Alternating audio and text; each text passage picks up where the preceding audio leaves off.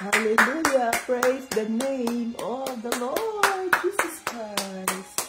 It's another day to serve the Lord Jesus Christ. Salamat, Lord, sa iyong kabutihan. At kami ay muling nagising. Thank you, Holy Spirit, sa iyong kabutihan. Salamat sapagkat napakabuti niyo po. Hallelujah, Jesus. Hallelujah, Jesus. You are good at all times. Napakabuti niyo. Maraming salamat sapagkat patuloy mo kaming ginagabayan sa araw-araw na kami ay nagigising. Ikaw ang nandiyan upang kami ay gabayan, upang kami ay maging karapat-dapat sa inyo, Panginoong Jesus. Maraming salamat po. Maraming salamat po, Lord Jesus, Holy Spirit. To God be all the glory and honor. At kami ay muling nagising. Oh, hallelujah, Jesus. Hallelujah, Jesus. You are good at all times. Hallelujah, Jesus. Ang batayan ng ating pananampalataya kay Panginoong Jesucristo. John 3:16. John 3:16, for God so loved the world that He gave His only begotten Son, that whosoever believe in Him will not perish but have everlasting life. Hallelujah. Happy moments, praise God. Difficult moments, seek God. Quiet moments, worship God. Painful moments, trust God. And every moment, thank God. Hallelujah. God is good all the time. And all the time, God is good. Hallelujah. Welcome dito sa ating live. Nasaan na kayo? Mag-umpisa na tayo. Salamat sa Diyos. At tayo ay muling nagising. Yahoo! It's Wednesday morning here in Houston, Texas. Welcome dito sa ating live. Facebook joiners, Facebook viewers, and YouTube viewers. Praise God. Ngayon ay Wednesday. Hallelujah.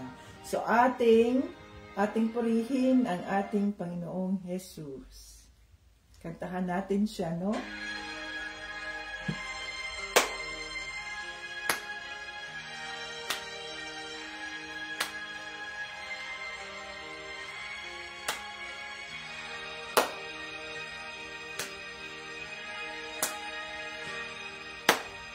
Pagising sa umaga, kay ganda, kay ganda, kay ganda ng mundong ginawa niya. Ngayon ko lang nakita ang ganda ng mundo. Salamat sa Diyos at ako'y binago. Yes, Lord. Thank you, Lord. Nang tanggapin ko si Jesus, aking Diyos, na bago ang lahat sa buhay ko. Bagong ligaya ang nadarama, bagong pag-asa ang nakikita. Yes, Lord. Thank you, Lord Jesus. Lahat ay aking ibibigay pati aking buhay upang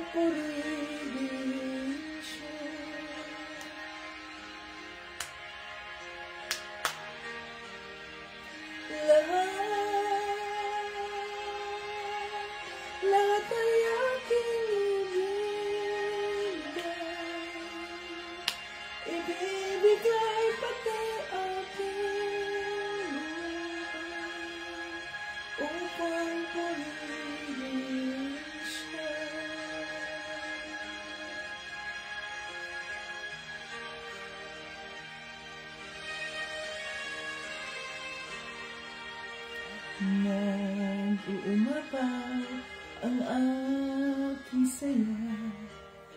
Pagmamahal niya ang nadarama. Kay ganda ng buhay na nasa kanya. Purihin ang Diyos, purihin si Jesus.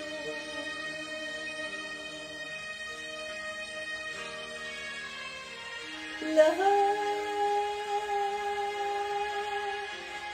ay aking ibibigay pati aking buhay upang purihin siya.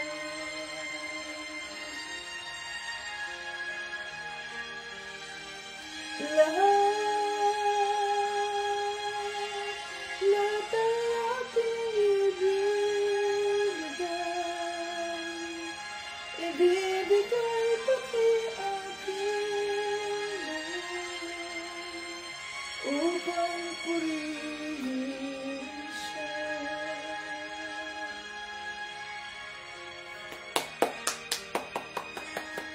Hallelujah, God is good all the time, and all the time, God is good. Napakabuti ng ating Panginoong Kristo at siya ay buhay. Buhay ang ating Panginoong Kristo. Hallelujah. God is good all the time, and all the time, God is good. Hallelujah. So, salamat sa Diyos. Magpuri tayo sa Kanya. Sa Diyos Ama, sapagkat siya ang may-ari ng lahat. At tayo ay isang pinagpapala sapagkat tayo ay muling nagising upang maging kagamit-gamit ang ating mga katawan para sa Diyos habang tayo ay buhay pa, sapagkat ang buhay ng tao ay hindi sigurado. Subalit ang ating kamatayan ay sure na sure. Kaya mga ka-Team Jesus, mas piliin natin na gamitin ang ating mga katawan para sa ikapupuri ng Diyos Ama. Oh, hallelujah. Yes, Father God, nandito na naman kami upang ikaw ay aming sambahin, upang ikaw ay aming purihin, ipakilala ang iyong anak na si Jesucristo sa sanlibutan. Oh, hallelujah. As we continue to reflect on the crucifixion of Jesus and the resurrection, Father God, nandito ang aming mga puso, nandito ang aming mga buhay, Lord, aming iniaalay para sa iyong kapurihan na Diyos Ama. Hallelujah. Maraming salamat po sa kaligtasan na aming natatanggap. Maraming salamat sa maayos na pangangatawan, sa lahat ng iyong mga pagpapala at iyong mga gabay ng iyong banal na Espiritu. Hallelujah. Kami ay nagpapakumbaba sa trono ng iyong kaawaan at hinihiling namin ang iyong pagpapatawad. Linisin mo ang aming mga isipan, ang aming mga puso, maging sa aming mga bibig, sa aming pananalita, maging sa aming mga ikinikilos, na maging karapat-dapat kami sa inyo. Kagaya ng aming pagpapatawad din sa mga taong nagkasala sa amin, katagpuin mo sila, Panginoong Hesus, na makilala kanila at na malaman nila na there is hope, mayroong pag-asa, at walang ibang daan na maaari naming sundin, kundi ang daan lamang na ikaw, Panginoong Jesucristo, ikaw lamang ang daan tungo sa Diyos Ama. Oh, hallelujah. We welcome your Holy Spirit in our midst. Let's welcome the Holy Spirit. Come, Holy Spirit, I need you now. I need your anointing, come in your power. I love you, Holy Spirit. You captivated my soul, and every day I learn to love you more. Come, Holy Spirit, I need you now. I need your anointing, come in your power. I love you, Holy Spirit. You captivated my soul, and every day I learned to love you more. I'm reaching for your heart. You hold my life in your hands, drawing me closer to you. I feel your power renewed. Nothing compares to this place, where I could see you face to face. I worship you in spirit and in truth. I'm reaching for your heart. You hold my life in your hands, drawing me closer to you. I feel your power renewed. Nothing compares to this place, where I could see you face to face. I worship you in spirit and in truth. We worship you in spirit and in truth. Holy Spirit, sinasamba ka namin sa Espiritu at sa katotohanan. Tulungan mo po ang bawat isa na kami ay maunawaan namin ang mensaheng nais mong iparating, at ito po ay aming maging gabay sa araw-araw na kami ay nilalakaran namin ang aming pananampalataya kay Panginoong Hesus. Itago mo po ang iyong lingkod sa krus ni Panginoong Hesukristo, na hindi ako ang makikilala, kundi ang makikita, ang makikilala ay si Panginoong Hesukristo, ang kaawaan ng Diyos Ama, ang kanyang pagmamahal na walang hanggan. Maraming salamat po sa iyong gabay, Banal na Espiritu.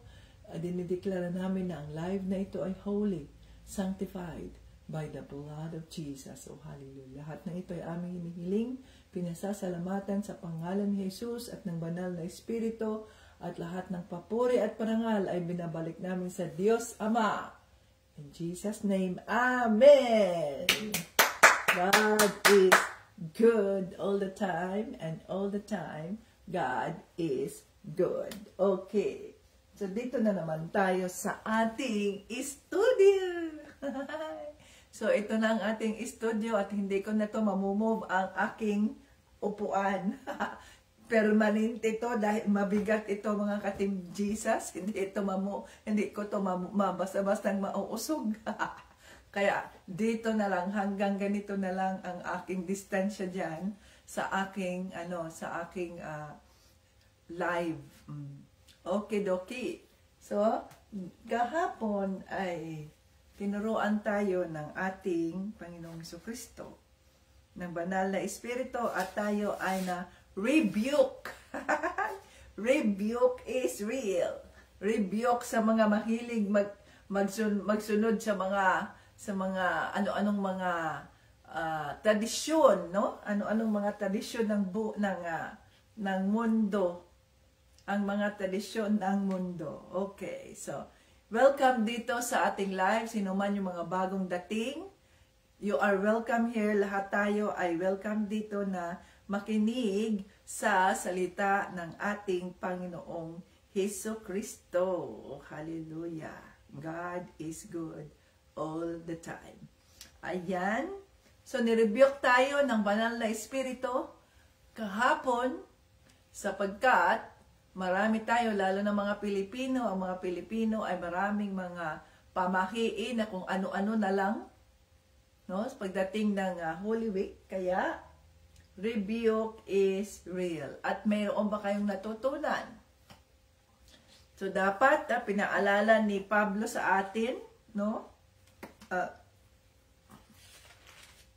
Pinaalala ni Pablo sa atin na ang taong itinuring na matuwid ng Diyos ang taong itinuring na matuwid ng Diyos dahil sa pananampalataya niya ay mabubuhay. Oh. So tayo ay namatay dahil si Panginoong Hesukristo ay namatay din.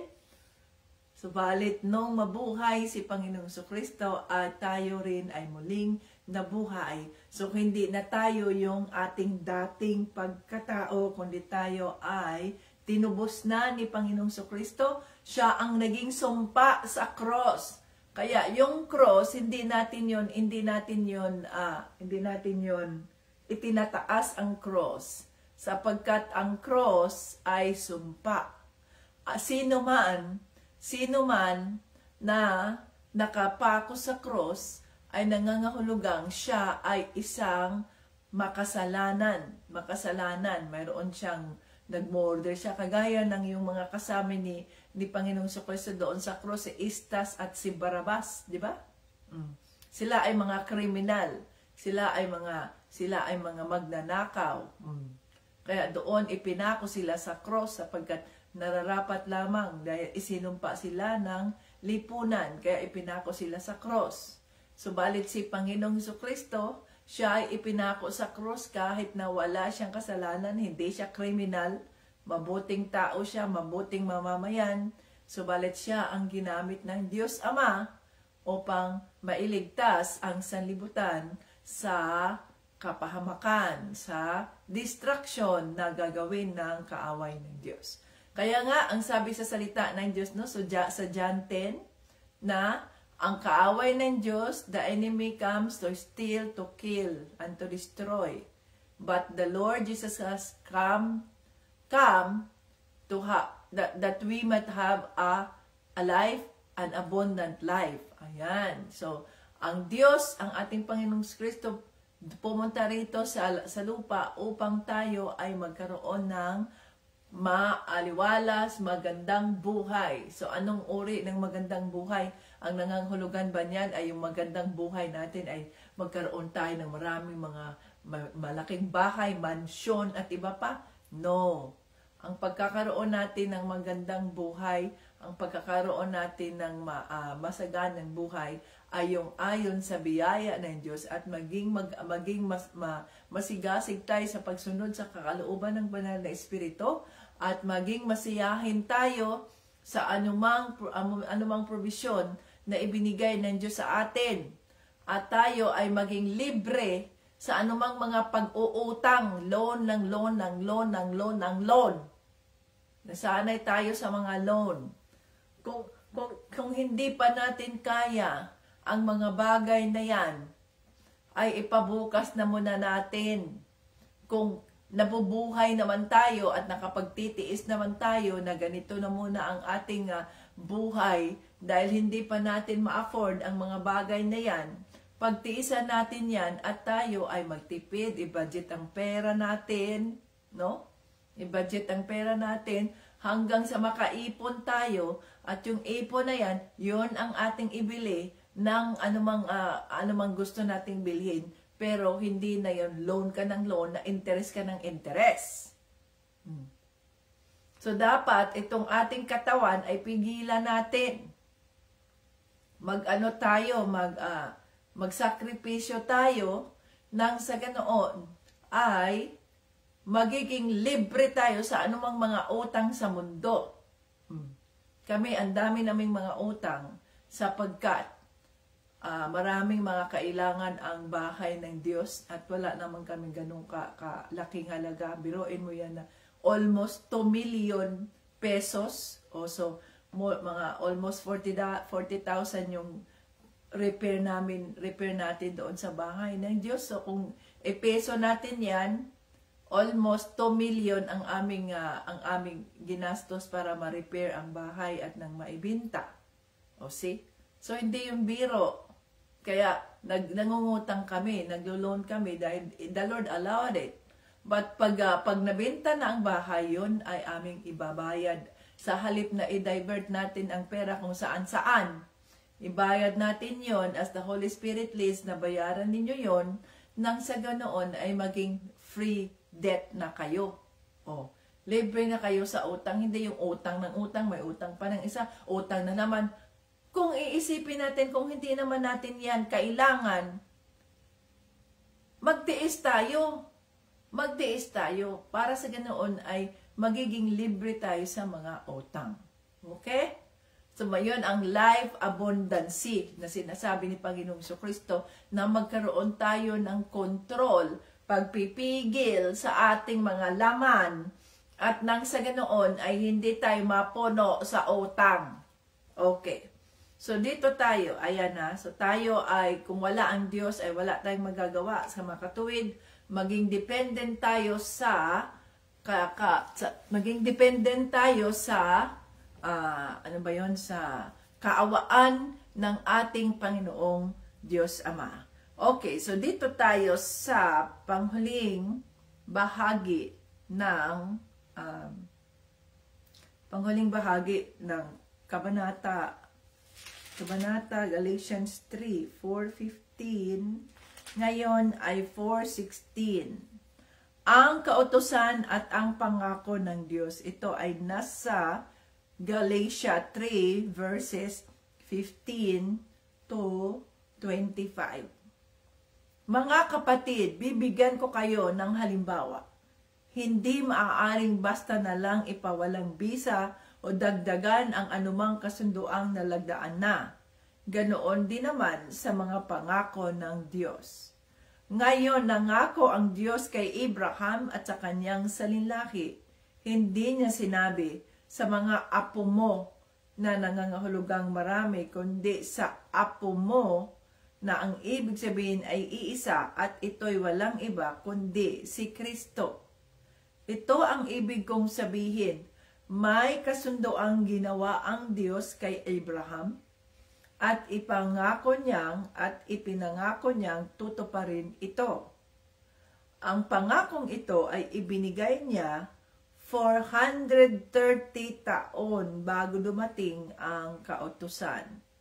Kaya ang pangakong iyon ay hindi mapapawalang bisa o mapapawalang saysay ng kautusan. Sapagkat kung matatanggap natin ang pagpapala sa pamamagitan ng pagsunod sa kautusan, walang kahulugan ang pangako ng Diyos kay Abraham. Ngunit ang totoo, ibinigay ng Diyos ang pagpapala bilang pagtupad sa pangako niya. Kung ganoon, ano ba ang silbi ng kautusan? Ibinigay ito para malaman ng tao na nagkakasala sila. Ngunit ito'y hanggang sa dumating lamang ang ipinangakong apo ni Abraham. Ibinigay ng Diyos ang kautusan sa pamamagitan ng mga anghel na sila ang nagbigay nito sa mga tao sa tulong ng isang tagapamagitan. Ngunit ang pangako ay hindi tulad nito. Dahil nang ibigay ito ng Diyos kay Abraham, hindi siya gumamit ng tagapamagitan o mga anghel, kundi siya mismo. Kung ganoon, taliwas ba ang kautusan sa mga pangako ng Diyos? Hindi. Sapagkat kung ang kautusan ay makapagbibigay buhay, ito na sana ang naging paraan ng Diyos para ituring tayong matuwid. Ngunit sinasabi ng kautusan na ang buong mundo ay alipin ng kasalanan. Kaya ang mga sumasampalataya lamang kay Hesukristo ang makakatanggap ng mga ipinangako ng Diyos. Noong hindi pa dumating itong tinatawag na pananampalataya kay Kristo, para tayong mga bilanggo ng kautusan hanggang sa araw na inihayag ang kaligtasan natin sa pamamagitan ng pananampalataya. Ang kautusan ay naging tagapag-alaga natin hanggang sa dumating si Kristo para sa pamamagitan ng pananampalataya sa Kanya ay maituring tayong matuwid. At ngayong may pananampalataya na, wala na tayo sa patnubay ng kautusan na tagapag-alaga. Hallelujah. Holy Spirit, tulungan mo po kaming maintindihan namin ang mensaheng nais mong iparating. Linawin mo po sa aming mga isipan, sa aming mga puso, ang anumang mga pangamba, anumang mga kaguluhan o confusion. Kundi linawin mo po ang lahat at nang sa ganyan maging madali namin maintindihan, simple namin maintindihan ang mensaheng nais mong iparating sa araw na ito. In Jesus' name, Amen. Okay. So dito, ang inihahambing ng banal na espiritu dito sa pamamagitan ni Pablo ang tungkol sa kautusan at ang pangako ng Diyos. So, ano ba yung kautusan? Yun ba yung mga ka-Team Jesus, yung kautusan ni Moses, yung The 10 Commandments. O yun yung kautusan. No, thou shall not create, or thou shall not have no other God before me. Mga ganun ba? Yun ang 10 kautusan, no? Respect thy mother and thy father, thou shall not covet thy neighbor's wife, at iba pang mga ano pa gamit. Thou shall not kill. Yun ay mga kautusan. At bago pa man na dumating ang pangako ng Diyos Ama sa pamamagitan ni Abraham, na hindi sinabing mga apo, kundi ang iyong apo, na ang ibig sabihin nito ayon sa revelation ng banal na Espiritu, ang apo na itinuturing ng Diyos ay si Hesukristo. Ang Diyos Ama mismo ang nagpakatawang tao, kaya naging anak, at ginamitan niya ng tao pa rin, nang sa ganoon ay maging tao kagaya natin, at ito ay maranasan nito kung paano maging tao, ano ang emosyon ng isang tao, ano ang mga sitwasyon ng isang tao. Nang sa ganoon, kung kagaya natin, sabihin natin, ganito ang ating sitwasyon, nahihirapan ako sa buhay ko, nahihirapan ako sa ganito, ganyan. No? Kung sabihin mo, tao ako si Jesus, Diyos naman yan, tandaan natin, kung ano man ang ating nararanasang mga pagsubok sa buhay, ganon din ang naranasan ni Panginoong Jesucristo nang siya'y nasa lupa. Kasi nga, nung maliit pa siya, lumaki siya doon sa isang karaniwang pamumuhay. Wala siyang convenience, wala siyang mga sasakyang, mga magagara, mga mamahaling sasakyan, expensive na mga sasakyan, mansyon na bahay. Siya'y nakatira sa bato. Yung mga lupa, yung clay na ginawang bricks at ginawang bahay, doon siya nakatira kasama ang kanyang mga magulang na si Joseph at si Mary at ang kanyang mga kapatid. Si Santiago, si Juan, sila ay mga kapatid ni Kristo, ni Panginoong Hesus. Mga kapatid sa Ama. No? Mga kapatid pala sa ina. Kasi hindi man si Joseph ang ama ni Jesus. So sila ay magkapatid sa ama, sa ina ni Mary. Isinilang siya na simple ang buhay niya. Isinilang nga lang sa sabsaban sapagkat mayroon siyang purpose at nais iparating ng Diyos na wala tayong pwedeng ikumpara sa anumang sitwasyon natin. Ako, mahirap kami, ang bahay namin tumutulo, ang ganito, tumutulo, ang ganyan. Tandaan natin na nangyayari sa atin ang mga ganong sitwasyon sapagkat tayo rin ang gumawa ng sitwasyon na yan. Hinayaan natin na mangyari sa atin ang mga ganong sitwasyon sa halip na mayroon tayong option na huwag natin gawin yon, na pigilan natin ang ating mga sarili, but we chose to indulge that sin, that situation, kaya tayo nahihirapan. So ano ang halaga ng kautusan? Ang halaga ng kautusan ay sabi dito, upang malaman natin na, nagkamali ako, mali pala yung pagpatay, mali pala yung pagdisrespeto sa aking mga magulang, mali pala yun na magkaroon ako ng ibang mga idolo, higit pa sa aking oras na ibinibigay sa Diyos. So, naalala ko tuloy yung di ba ngayon Holy Week, nanonood na naman tayo ng Jesus Christ. Tapos, yung artista doon, sabi nga niya, pinost ko nga dyan sa Facebook, nabasa ko lang doon kay Brother Alan, no? Na, yung feature ba ng mukha ng artista ba? Yun ang pinipicture ng mga ibang mga Christian denomination at pinapakita talaga at piniframe, ganyan-ganyan, no? Na yun ang mukha ni Jesus. Tandaan natin, walang nakakilala kay Panginoong Jesucristo at hindi rin natin alam ang kanyang mukha.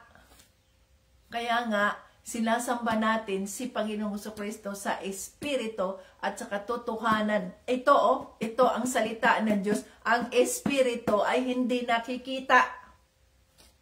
Kaya nga, worship God alone. Yun ang unang commandment. So sabi doon ng artista, maging si Mary din ay sinasamba din ang picture ni Mary. Hindi man yan si Mary. Artista nga lang yan sila eh. Yung si Jesus yung artista na gumanap kay Jesus, hindi man yun siya si Jesus. Bakit sabi niya, bakit yung mukha daw niya ang nakikita niya sa kahit saan at ito ay ibininta ng tao yung mukha niya na siya si Jesucristo? Eh hindi naman siya si Jesucristo. Yun ang mga fanatic, yun ang mga idolaters na tao ang kinitingnan na si Kristo daw yun. Hindi man niya si Kristo. Nagpanggap lang siya bilang Kristo dahil nga artista siya. Trabaho lang niya. Sabi niya, trabaho ko lang to.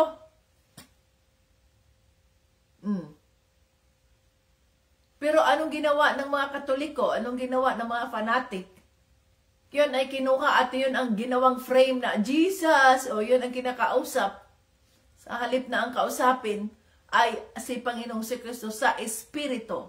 God is an omnipresence God na ibig sabihin nun ay palaging nandiyan ang Diyos, ang banal na Espiritu. Lord Jesus, tulungan mo ako. Anong gagawin ko nito? Holy Spirit, help me, have mercy. Tulungan mo ako. So, hindi natin kailangan ng picture. Sapagkat hindi natin nakita si Jesus kung ano talaga ang itsura niya. Ang sabi doon, pag andun ka naman sa Africa, si Jesus ay itim. Pag nandoon ka sa Latin, si Jesus ay medyo mestizo at mataas ang buhok. Pag nandito ka naman sa Amerika, si Jesus ay blonde at saka greenish ang mata. Dapat ay wala tayong titingnan na kung anong itsura sapagkat hindi nga natin nakita ang kabuuang mukha ni Jesus. So, anong ginawa ng tao? Anong ginawa ng demonyo? Gumamit siya ng mga ganid na mga businessmen at itong mga businessmen na to, ayan, pinicture yung mukha ng artista, maging ang mukha ng gumanap bilang Mary, at yun na ang ginamit na, ito si Mary. Hindi man yun si Mary. Ito si Jesus, at yun na, nireplicate na yan, ginawang frame, ginawang ganyan, nabinta, ang dami, lalo na ang mga Katoliko. Ang daming ibinibintang mga dibulto, ang daming ibinibintang mga larawan daw ni Kristo. Hindi ba yan si Kristo? So itong kautusan na to, ito ang nagpapaalala sa atin na mali ang ating ginagawa. Mali. No? Yun ang naging gabay natin habang iniintay natin ang redemption o ang pangako ni Panginoong Diyos Ama kay Abraham na magpapadala siya ng redemption o kaya magligtas sa sanlibutan. Na yan ay sa John 3:16. Nang dumating si Panginoong Jesucristo, kaya nga nandito na tayo sa New Testament. This is the works of Jesus. Ito yung New Testament, ito yung kaniyang testimony. Yung 10 Commandments na yun ay nawala na. Ang nananatili na lang sa atin ay ang sabi ng Diyos, love God above all, love your neighbor as you love yourself. Kasi kung mahal natin ang ating mga sarili, kung sino pa mang tao ang neighbor, hindi nangangahulugang neighbor magkatabing bahay, no. Ang ating kapwa, kung mahal natin ang ating sarili, huwag nating saktan ang ating kapwa sapagkat kung sinasaktan natin sila, para na rin tayo rin ang nananakit sa ating sarili. Ganon dapat tayo mag-isip. Wala na tayo doon sa kautusan dahil bago pa dumating si Panginoong Jesucristo, tayo, sabi dito ni Pablo, no? Tayo ay mga bilanggo. Galatians 3, chapter 23. Noong hindi pa dumarating itong tinatawag na pananampalataya kay Kristo, para tayong mga bilanggo. Bilanggo tayo ng kautusan hanggang sa araw na inihayag ang kaligtasan natin sa pamamagitan ng pananampalataya. So tayo ay mga bilanggo tayo ng kautusan. Subalit, nang dumating si Panginoong Jesucristo ayon sa John 3:16, nang dahil sa ating pananampalataya, it is through our faith that we are saved. Not because of our good works. So, sa pamamagitan lamang ng ating pananampalataya, ay tayo ay nailigtas, hindi sa pamamagitan ng ating magandang gawa o trabaho o ginawa natin. Dahil mabuti ako, dahil gumawa ako ng kabutihan, kaya ako ay nailigtas. No! Naging mabuting tao tayo at gumagawa tayo ng kabutihan sa ating kapwa sapagkat tayo ay nailigtas. So, ibig sabihin nun, ang paggawa natin ng kabutihan sa ating kapwa, ito ay naging bunga ng kaligtasan na ibinigay ng Diyos sa atin. Na binago niya ang buhay natin. Na-realize natin na ang sinabi ng Diyos, ang sinabi ng Panginoon sa Kristo, love God above all. Love thy neighbor as you love yourself. So, ang sinabi na yon, love God above all. Ibig sabihin nun, ay wala akong ibang mamahalin kundi ang Diyos Ama lamang. E di kung mahal natin ang Diyos Ama, di sundin natin ang kanyang mga kautusan. Di ba? Wala tayong ibang iniisip sa ibang niraramdaman sa puso natin, wala tayong ibang iniisip kundi ang pagmamahal ng Diyos Ama o yung mga idolatry natin, kung sino-sino mga santo, pinagdadasalan natin, mga ganyan. Wala na yan sapagkat tayo nga ay binago na ng Diyos. So kung kayo, sabihin nyo, ligtas na ako, I am a Christian, I am saved by the blood of Jesus. Kung naintindihan natin ang ibig sabihin yan, tayo ay maging mabuting tao sa ating kapwa sapagkat mahalin mo ang iyong kapwa kagaya ng pagmamahal mo sa sarili mo. Kung mahal natin ang ating sarili, hindi natin sisiraan ang ating kapwa. Kung mahal natin ang ating sarili, hindi tayo manluloko sa ating kapwa. Kung mahal natin ang ating sarili, hindi tayo mananakit sa ating kapwa. Kasi ang sabi sa salita ng Diyos, pag sinaktan mo ang taong yan, ang kapwa mo, para mo na rin sinaktan yung sarili mo, yun dapat ang i-reflect natin. Bago tayo manloko ng kapwa, bago tayo manira ng ating kapwa, bago natin na manakit ng ating kapwa, isipin mo na natin. Mahalin mo ang Diyos higit anuman. Mahalin mo ang iyong kapwa, ang love thy neighbor as you love yourself. So kung gagawin ko ito sa aking kapwa, kung gagawin ko ito sa aking kapatid, kung gagawin ko ito, mahal ko ba ang sarili ko? Hindi ko mahal ang aking sarili. Dahil, nanakit ako ng kapwa ko eh. Ganun yun eh. Kung naintindihan natin ang mensahe na yun ng Diyos, ito ayon sa kanyang, ayon sa pamamagitan ng pananampalataya kay Kristo, our faith, doon tayo nailigtas sa kapahamakan, hindi sa anumang mga kabutihan na ginawa natin. Hindi yung ang sinasabi kasi ng ibang relihiyon, be good so that you will be saved. No. Hindi tayo nailigtas dahil gumawa tayo ng kabutihan. Ay, gawin ko ito para ako ay mailigtas. Ay, kailangan maganito ako para ako ay mailigtas. Hindi! Nung naniwala tayo kay Panginoong Jesucristo, na si Panginoong Jesucristo ay ang anak ng Diyos sa John 3:16, na ipinadala ng Diyos Ama dito sa lupa upang maging tagapagligtas, upang maging sakripisyo para sa aking mga kasalanan. Kung tinanggap natin yan at kinikilala natin na tayo nga ay makasalanan at kailangan natin ng tulong, kailangan natin ng isang tagapagligtas at naintindihan natin yan, sinuko natin ang ating buhay, isinuko natin ang ating mga kasalanan. Ito ako, patawarin mo ako, Lord Jesus, ako po ay nagkasala, yon. Doon pumapasok ang pagbabagong gagawin ng banal na Espiritu sa atin. At ang pagiging mabuting tao ay bunga ng ating pananampalataya kay Kristo. Kaya nga papasok na once we accepted the Lord Jesus Christ, nagpabaptismo tayo sa tubig.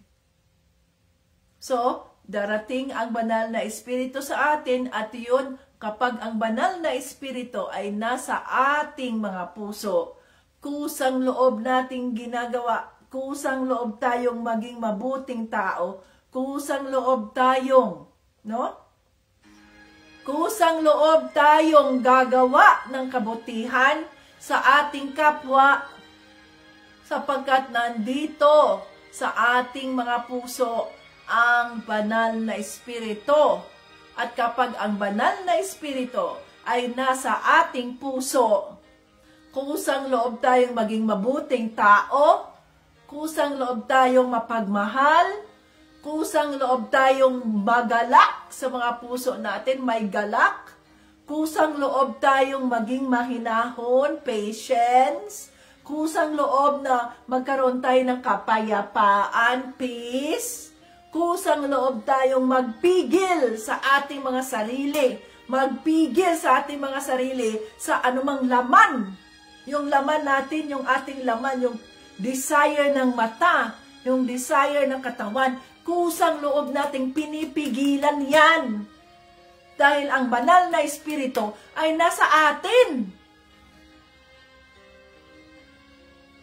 Pero kung kayo ay nananatili pa rin sa inyong katawang lupa at nananatili pa rin kayo sa inyong mga desire na makalaman, na itong gusto ko, na itong gusto ko, na itong gusto ko, na itong gusto ko, puro itong gusto ko, puro itong gusto ko, something is wrong with you. Wala sa iyo ang banal na Espiritu. Sa halip na ang ipinamumuhay mo ay ang gabay ng banal na Espiritu, sarili mo, ang masamang espiritu, ang hinahayaan mong manatili sa puso mo. Kasi palagi na lang gusto ko ito, gusto ko, convenience ko, convenience ko, convenience ko, convenience ko. Kaya utang dito, utang doon, utang dito, utang doon. Napaliig na ang utang nyo, na wala namang kabuluhan ang pagkakaroon ng mga utang nyo. That is for your luxury, that is for your convenience. You don't know how to sacrifice. Pagod na ako mangutang na lang ako kahit hindi nyo kaya. Utang kayo ng utang. Nandyan ba ang banal na Espiritu? Yan ba ang sinasabi mong pananampalataya na pinaniniwalaan mo? No!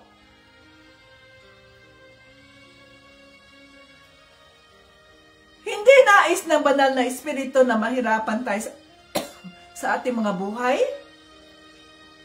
Hindi nais ng banal na Espiritu na mapuno tayo sa utang? No! Hindi yan ang nais niya.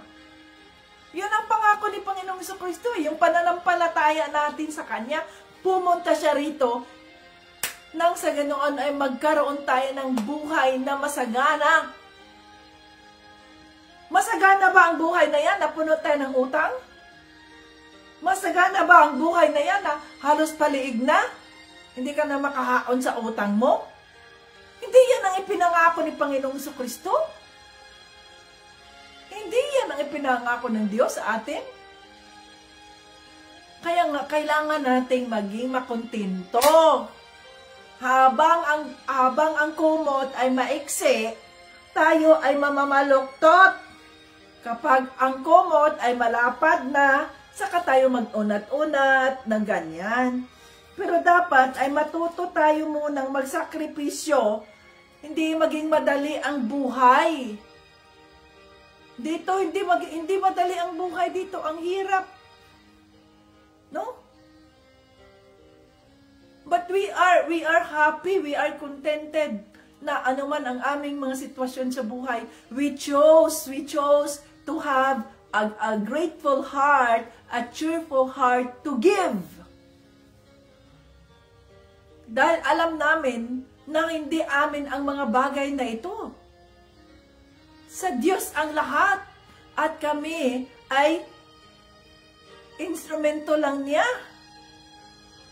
Ang mga pagpapala ay dumadaan sa aming mga kamay at ang mga pagpapala na ito ay pinapadala, nire-release namin ang mga pagpapala na yan sapagkat yun ang sabi ng Diyos. Not for our own good. Not for our own satisfaction na makilala kami na ganito, ganito. No!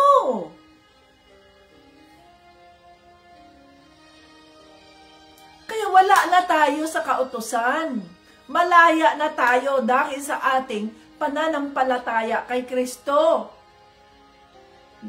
Tayuan natin yung pananampalataya na yon. Hingin natin ang wisdom, ang karunungan ng banal na espiritu. Before tayo magdesisyon. Ano yun?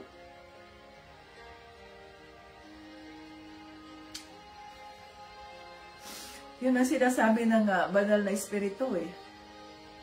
Yun ang sinasabi niya. My people perish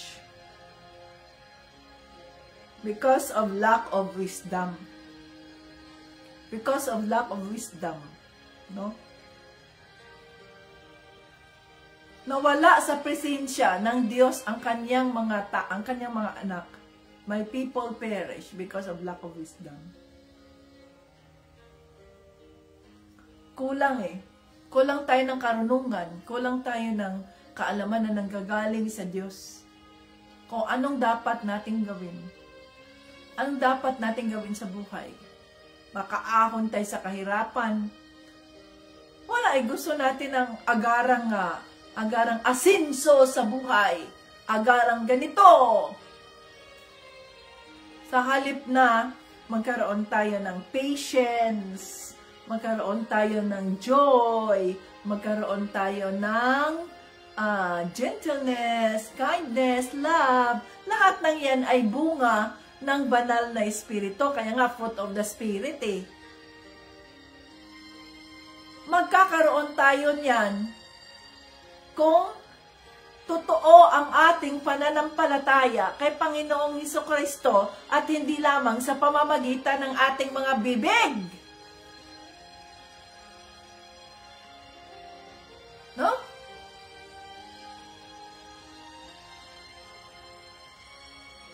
Nang dahil sa ating pananampalataya,